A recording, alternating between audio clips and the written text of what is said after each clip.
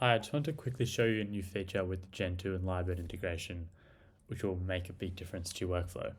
So previously with the Lyrebird and Gentu integration, when you saved a letter, you couldn't edit it after that. It would save as a PDF and you weren't able to edit it once it's saved into Gentu.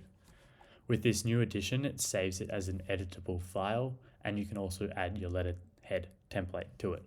So as you can see here, I've generated this letter, and at the top now I've got an option to select a letter template. So I'm going to select it and I'm going to save it to Gentu.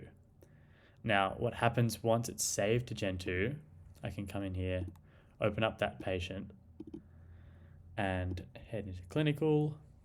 I can see now that letter to specialist there, and it's saving into this template here. So I can open that up, and it's got, the generic template information. So it's got the date, it's got the address, it's got the patient's information there, and then it's inserted the Lyrebird information right in there. So what you need to do to set that up is head into settings and then click on letter templates. Now I'm going to create a new one and I'm going to name it referral letter 2. And you can add any information that you need to create this template or edit the one that you've currently got. For Lyrebird to recognize that it's a template we can write into, you need to go up here to reference, select that, find dictation all the way at the bottom, and then choose voice dictation text.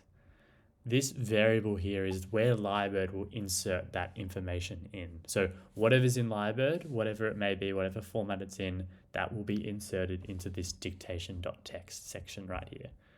So once I save it, we can see there referral letter 2. I can head into Lyrebird and I'll refresh this, and it will now see referral letter 2, and I can just save that directly into that file, which means it's an editable letter into Gentu. The notes are still static. So once you save it to Gentu, you can't edit it. It's a PDF. That is the next thing that we are working on, but we figured that the letter is more important to be able to edit it once you've written it.